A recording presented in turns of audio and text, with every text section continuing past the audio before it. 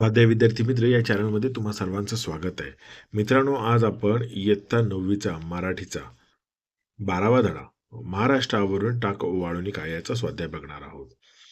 तर बघा, पहिला प्रश्न काय आहे? वैशिष्ट्ये लिहा. सांस्कृतिक महाराष्ट्राची वैशिष्ट्ये. ओके. तर काय काय आहे ती? यशाची ज्योत पाजळत ठेवणारे मंदिर, सोन्याची धरती खाली नि वर निळे आकाश, महारथींनी भूषवलेली किल्ले जिचे पोवाडे गातात, अरबी समुद्र तिचे चरण धुतो. आता कवितेत आलेली महाराष्ट्र भूमीतील व्यक्ती वैशिष्ट्ये. तर धैर्यवंत शासनकर्ते वीर, श्रम करणारे शेतकरी, संत व शाहीर, धुरंधर छत्रपती शिवराय. असत्य विधान ओळखा. तर धुरंधर शिवरायांना स्मरावे, असत्यास्तव शिंग फुंकावे, स्वातंत्र्याची आण घ्यावी, जन्मभूमीचे उपकार फेडावे. तर याचं उत्तर आहे असत्यास्तव शिंग फुंकावे. आता कवितेतून व्यक्त झालेली महाराष्ट्राबद्दलची कृतज्ञता हा विचार स्पष्ट करा. तर महाराष्ट्र हे मंदिर आहे ज्याच्या पुढ्यात यशाची ज्योत पाजळते. महाराष्ट्राची धरती सोने पिकवणारी आहे, वर निळ्या आकाशाची छाया आहे. गडकिल्ले महाराष्ट्र भूमीचे पोवाडे गातात. रथी महारथींनी तिला भूषविले आहे. अरबी समुद्र जिच्या चरणांशी लीन आहे.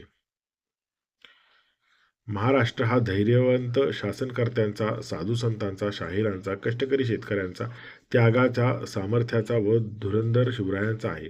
या प्रिय महाराष्ट्रासाठी छातीवरती घाव झेलायला व त्यावर जान कुर्बान करायला मी तयार आहे.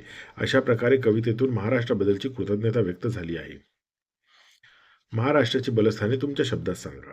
शिवरायांचा गौरवशाली इतिहास, छत्रपती शिवाजी महाराजांनी स्थापन केलेले स्वराज्य आणि गडकिल्ल्यांचा वारसा महाराष्ट्राला शक्ती आणि प्रेरणा देतो.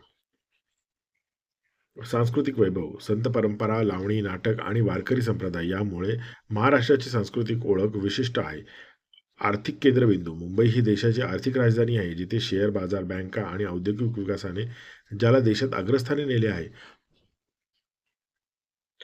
शैक्षणिक प्रगती, पुण्याला विद्येचे माहेरघर म्हणतात. राज्यातील उच्च शिक्षण संस्थेमुळे शैक्षणिक क्षेत्रात महाराष्ट्र पुढारलेला आहे. कृषी आणि सहकार, द्राक्ष, कापूस, ऊस यांसारखी पिके आणि सहकार चळवळ महाराष्ट्राला कृषी क्षेत्रात विशेष स्थान मिळवून देते.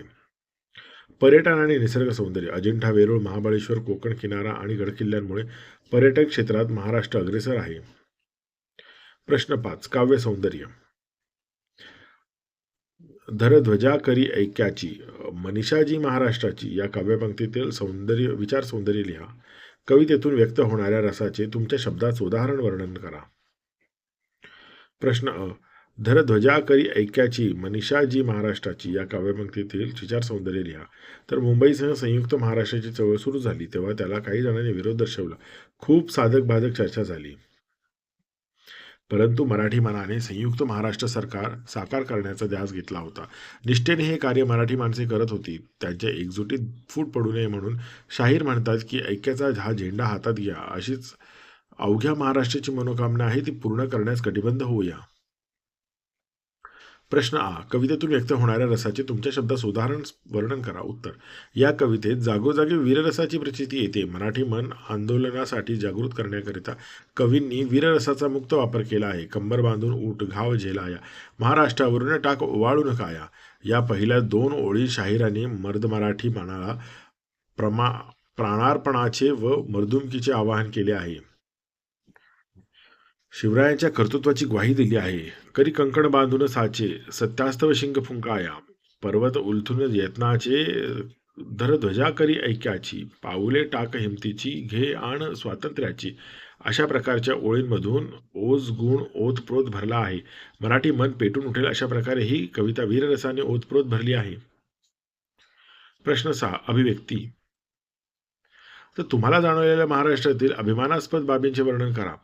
तर महाराष्ट्र हा दऱ्याखोऱ्यांचा प्रदेश आहे. संतांच्या शिकवणीने पावन झालेली महाराष्ट्र भूमी आहे. इथे पराक्रमाची व त्यागाची गाथा लिहिली गेली. नर्मदा, गोदावरी, कृष्णा, भीमा, वैनगंगा इत्यादी नद्यांनी सुपीक केलेली महाराष्ट्राची भूमी आहे. येथे शौर्य व वैराग्य हातात हात घालून नांदतात. विद्येचा उगम व प्रसार महाराष्ट्रातून आरंभी झाला. भारताची सांस्कृतिक व ऐतिहासिक जडणघडण महाराष्ट्राने केली. महात्मा गांधी, लोकमान्य टिळक, महात्मा फुले, बाबासाहेब आंबेडकर या थोर विभूतींनी महाराष्ट्राचे वैचारिक वैभव व सामाजिक समता जोपासली. औद्योगिक क्रांती व सामाजिक क्रांतीचे महाराष्ट्र हे माहेरघर आहे. सत्य, शिव, सुंदर या मूल्यत्रयींची जपणूक करणे हे महाराष्ट्राचे ब्रीद आहे. आता भाषा अभ्यास. वृत्ताचे लघुक्रम ठरवण्याचे काही नियम. तर बघा, लघुक्रमासाठी हे जे नियम दिलेत ते वाचून घ्या मित्रांनो.